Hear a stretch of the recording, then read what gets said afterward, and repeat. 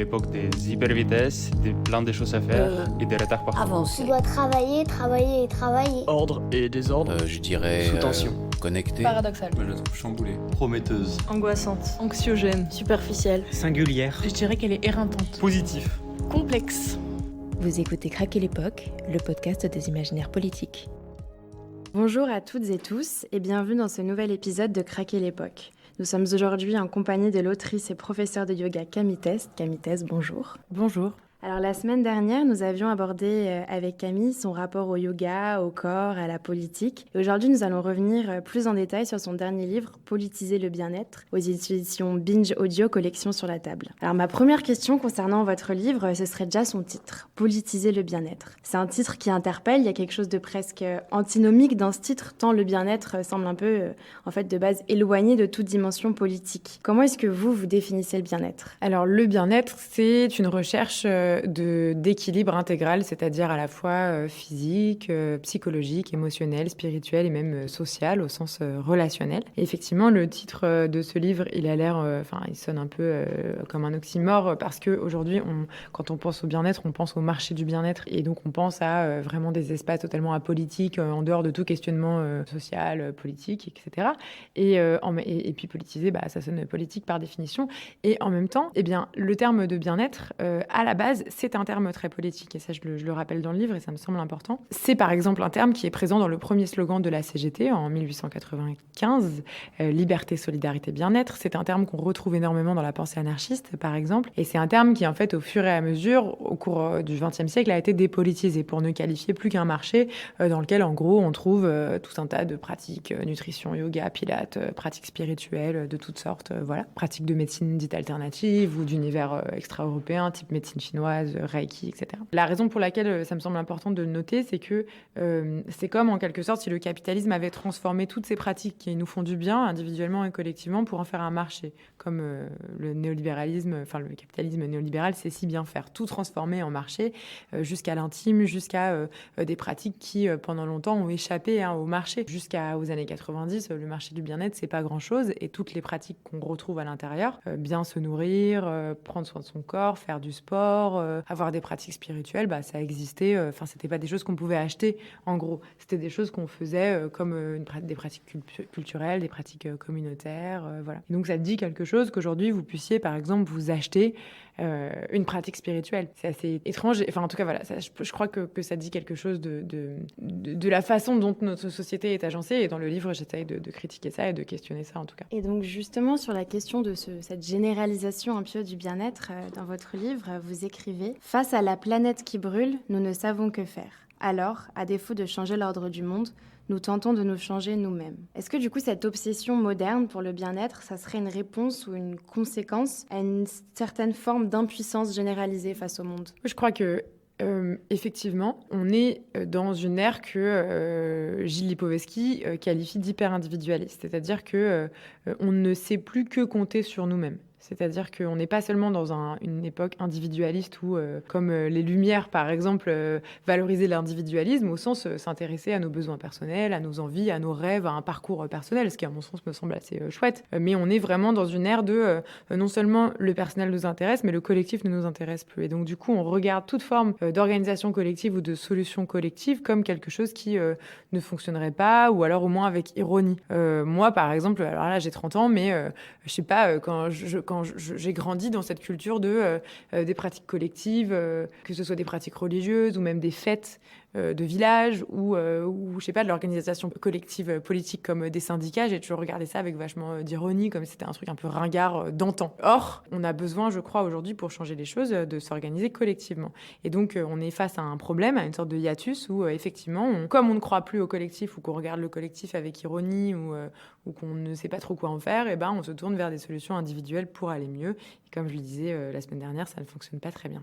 Et donc, alors dans ce livre, vous formulez une autre critique, notamment de certains milieux militantistes, justement des syndicats et entre autres, qui sont traversés par des logiques relativement virilistes, vous expliquez, avec un rapport presque sacrificiel à la lutte et qui reproduisent au final en fait les logiques capitalistes, productivistes qu'ils combattent tous pour la plupart. Et alors vous prenez le parti d'inviter précisément à cultiver nos vulnérabilités afin justement de les mettre au service de ce militantisme. Alors comment faire pour cultiver nos vulnérabilités ? Dans le livre, effectivement, en tout cas, je ne sais pas si c'est une critique, mais c'est une observation de certains espaces militants qui, effectivement, sont traversés par une culture hyper productiviste où, en fait, ce qui est valorisé, c'est la lutte directe, pleine, entière, pour des raisons qui sont par ailleurs souvent légitime, qui est qu'on est face à d'immenses problèmes de société, qu'on n'est pas si nombreux et nombreuses à s'engager, et donc qu'il faudrait lutter fort, lutter vite, lutter longtemps, lutter efficacement tout le temps. Moi, je questionne justement cette efficacité-là. Est-ce que c'est si efficace que ça, que de se brûler dans nos luttes ? Est-ce que c'est si efficace que ça, que d'avoir des formes de lutte et d'engagement qui font que, pour la plupart des personnes qui militent, la fin, c'est le burn-out. On parle de burn-out militant, notamment depuis le 2019, où plusieurs féministes ont un peu popularisé ce terme de burn-out militant. Je crois que dans l'engagement, dans le reste de la société par ailleurs, mais dans les milieux où on s'engage, où on milite, l'autopréservation, se préserver un petit peu pour s'engager plus longtemps, pour en quelque sorte que nos savoirs militants, nos réseaux servent sur le temps long, ça me paraît assez important. C'est ça pour moi, cultiver sa vulnérabilité, c'est se rappeler que nous sommes tous et toutes des êtres vulnérables et nous avons tous et toutes besoin de repos, besoin de douceur, besoin des autres, besoin d'espaces de soins, des espaces de liens, des espaces où on fait autre chose que travailler, autre chose que lutter. Le capitalisme, la culture du capitalisme néolibéral, c'est le contraire, hein, c'est nous dire que nous ne sommes que des machines à produire, que des machines à travailler et que finalement, si on se repose, c'est uniquement dans l'optique d'être plus efficace au travail le lundi matin. Dès lors qu'on propose un autre projet de société plus juste, plus émancipateur, plus joyeux, à mon sens, c'est intéressant aussi que dans nos luttes, on y ait autre chose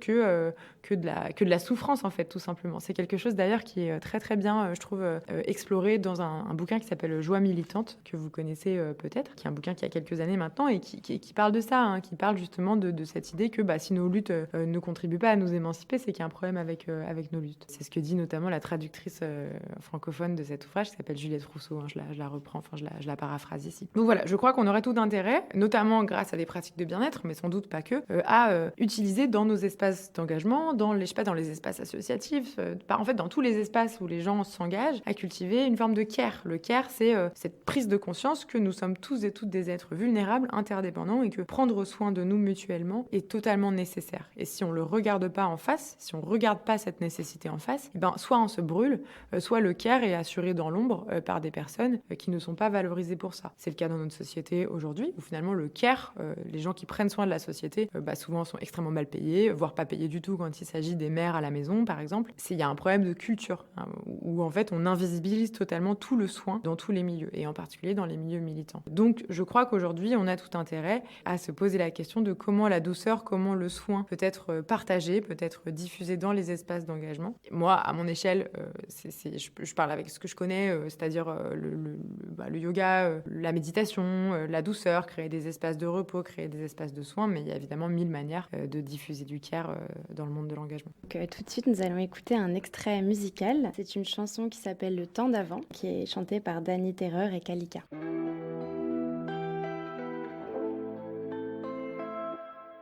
Oh, je me demande quand ma vie reprendra son goût, qui ou quoi réparera l'ensemble de mes bijoux. J'aimais tant le temps d'avant, jamais je ne faisais semblant. Je ne sens plus les fleurs, je perds de ma couleur. Où sont passées mes peurs? Elles étaient mon moteur.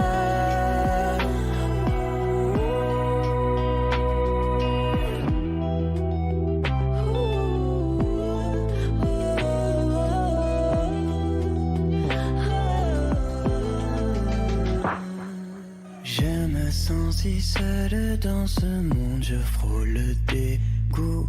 On me dit c'est toi qui n'aimes pas l'éclat des beaux jours, mais pourtant j'essaye encore. Au fond, la vie je la dévore. Je ne sens plus les fleurs, je perds de ma couleur. Où sont passées mes peurs?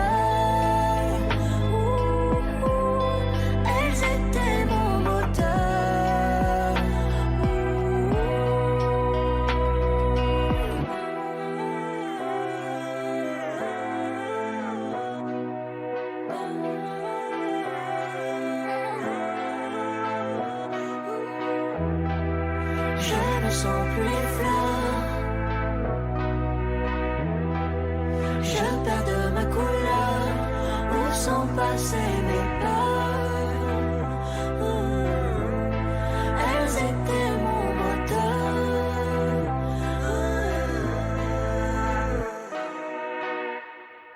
Donc c'était Le temps d'avant de Dany Terreur et Kalika. Alors Camille Test, pourquoi avoir choisi ce morceau?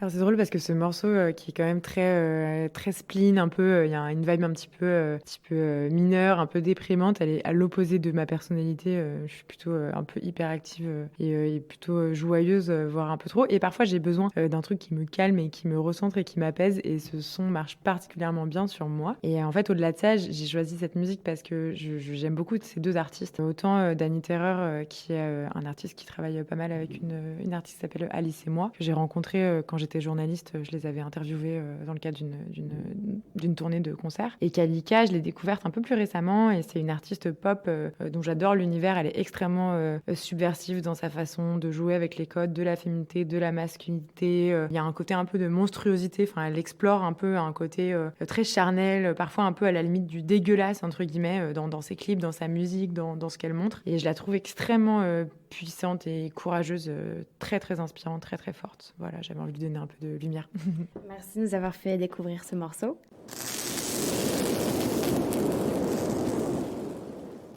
Alors, il y a une autre thématique que j'aimerais aborder avec vous, on a déjà un petit peu parlé, c'est celle de la spiritualité. Dans votre livre, vous écrivez ces mots. Dans une sorte de condescendance un peu raciste, nous déléguons aux sagesses et aux spiritualités d'autres cultures la charge de l'irrationnel. Alors du coup, quand on vous lit, on comprend que la modernité aurait un peu détourné les sociétés occidentales de l'irrationnel, donc en partie de la spiritualité, et que les individus, ils iraient un peu par conséquent piocher dans d'autres cultures pour retrouver des prises en fait avec la spiritualité. Et vous, c'est un processus que vous qualifiez de contournement spirituel. Est-ce que vous pouvez revenir un peu sur cette notion de contournement spirituel et expliquer en fait ces manifestations? Alors, en fait, il y a deux choses. Pour moi, là, ce dont on parlait, c'était plutôt de l'appropriation culturelle, au sens où, dès lors que nous, occidentaux, on va piocher dans des cultures qui nous sont étrangères et par ailleurs des cultures qu'on a dominées ou qui sont toujours pris dans des processus de colonialité, en quelque sorte, c'est un choix du dominant, c'est-à-dire que on va piocher dans des cultures et on prend un peu ce qu'on veut et on se met à avoir des pratiques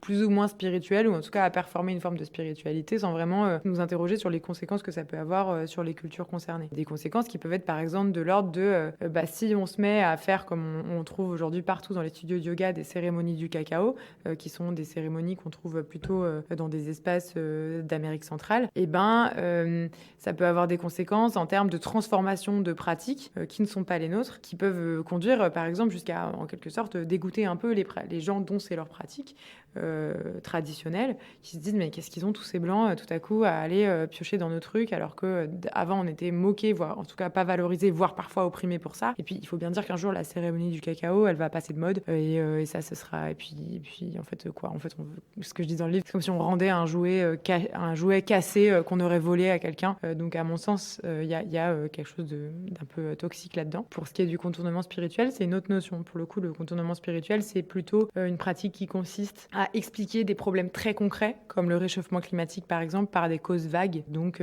typiquement, je ne sais pas si la planète se réchauffe en ce moment, c'est parce qu'on est rentré dans l'ère du Verseau. Et donc il n'y aurait rien à faire parce qu'on est dans l'ère du Verseau. En fait, c'est des explications spirituelles un peu vagues qui ont pour conséquence de ne surtout rien changer, de surtout ne rien faire. Voilà. Pour revenir à la question de la spiritualité et de l'appropriation culturelle, dans le livre, je ne cherche pas juste à nommer, à dire oh là là, c'est pas bien, les Blancs qui font des cérémonies du cacao. Enfin, en fait, je trouve que de toute façon, dire ça, c'est parfois, ça me semble pas super. Enfin, c'est important de nommer les choses, mais c'est important aussi de comprendre pourquoi on fait ça, parce que je pense que personne n'a de mauvaises intentions derrière faire des choses, des pratiques spirituelles qui peut-être ne sont pas tout à fait cohérentes avec qui on est et d'où on vient. C'est intéressant de se demander pourquoi en fait on fait ça, et la raison pour laquelle on fait ça, effectivement, c'est qu'à mon sens, on n'a plus vraiment de pratiques spirituelles locales, ancrées dans nos réalités européennes, françaises, occidentales, à part peut-être des religions comme le catholicisme, mais on se rend bien compte que pour plein de raisons parfois très très légitimes, peu de moins de personnes ont envie d'être catho, et c'est ok d'être catho, mais ce que je veux dire, c'est qu'il y a plein de gens aujourd'hui en Occident qui ne se reconnaissent plus, par exemple, dans le catholicisme. Mais on ne sait plus trop vers quoi se tourner. Donc moi, j'invite, je crois, à renouer avec, à recréer en fait des spiritualités,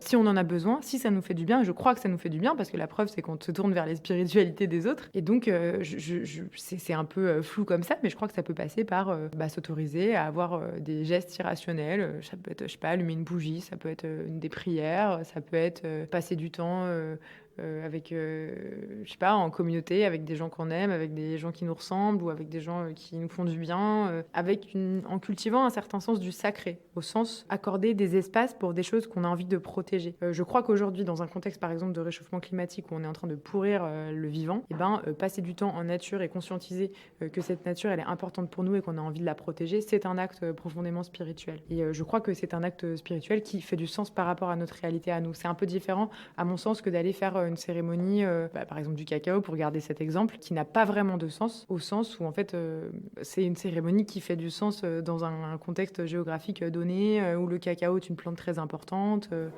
Voilà. Alors, vous invitez également à explorer et cultiver nos désirs pour résister à ce que vous dites, un système qui tend à nous rendre apathiques et tristes. Est-ce que vous pouvez en dire plus justement sur cette forme de résistance? Donc, il faut aussi passer par la spiritualité, comme vous dites, sur cet appel à revendiquer le désir, en fait. Je trouve qu'on est dans une société assez paradoxale où à la fois on n'arrête pas de nous parler de plaisir et notamment il y a plein de choses qui sont là pour en fait nous procurer des espèces de plaisir immédiat, des petits pics de dopamine, typiquement nos notifications sur les réseaux sociaux. Et on se pose jamais la question du vrai plaisir, de ressentir vraiment du plaisir dans nos corps, de vibrer, de jouir. Enfin, en fait, rien n'est fait dans cette société pour permettre notre jouissance, pas seulement sexuelle, mais juste le fait d'expérimenter vraiment des choses qui nous font du bien dans nos corps. D'abord, c'est parce qu'en fait, on n'a pas le temps. On travaille de plus en plus. On est de plus en plus stressé. Quand on travaille pas, on a cette injonction à être toujours efficace, toujours productif, ce qui fait qu'on rentre chez nous. Et plutôt que de se poser pour faire la sieste ou pas faire grand-chose et avoir la flemme, pour moi, la flemme, c'est une vertu dans cette société-là.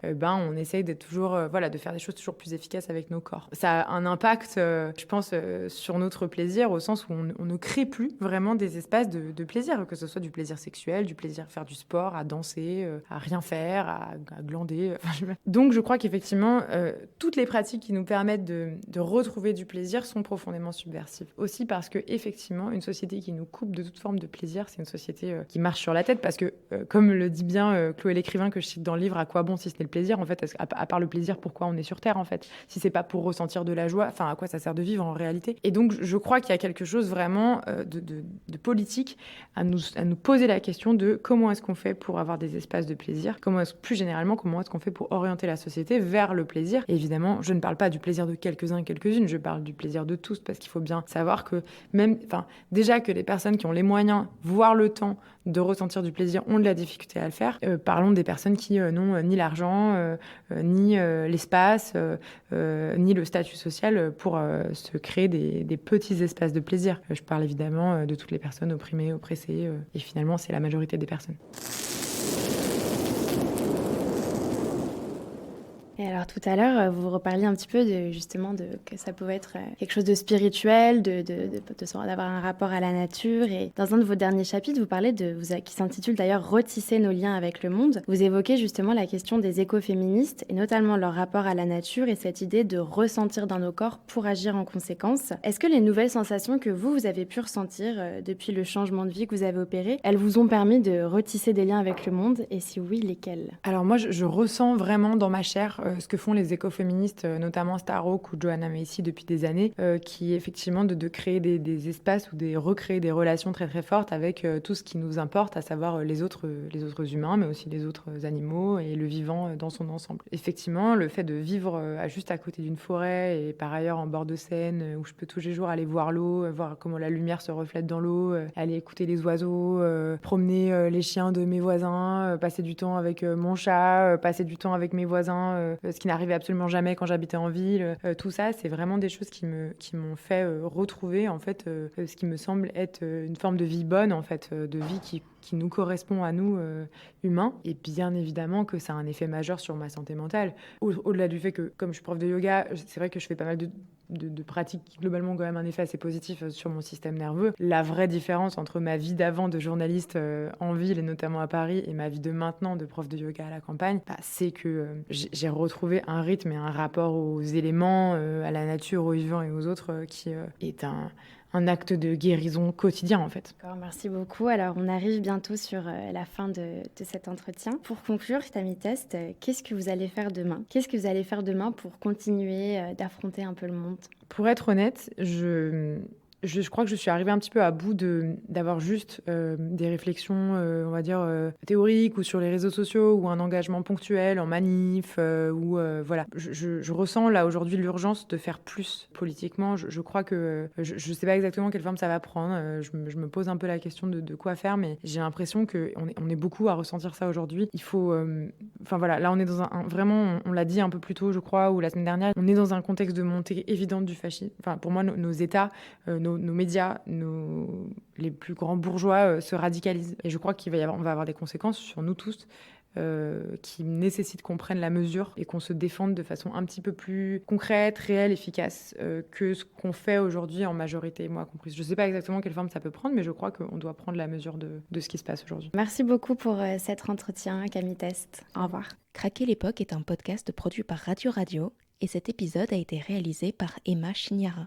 Rendez-vous la semaine prochaine avec un nouvel invité pour questionner l'époque dans laquelle nous nous trouvons.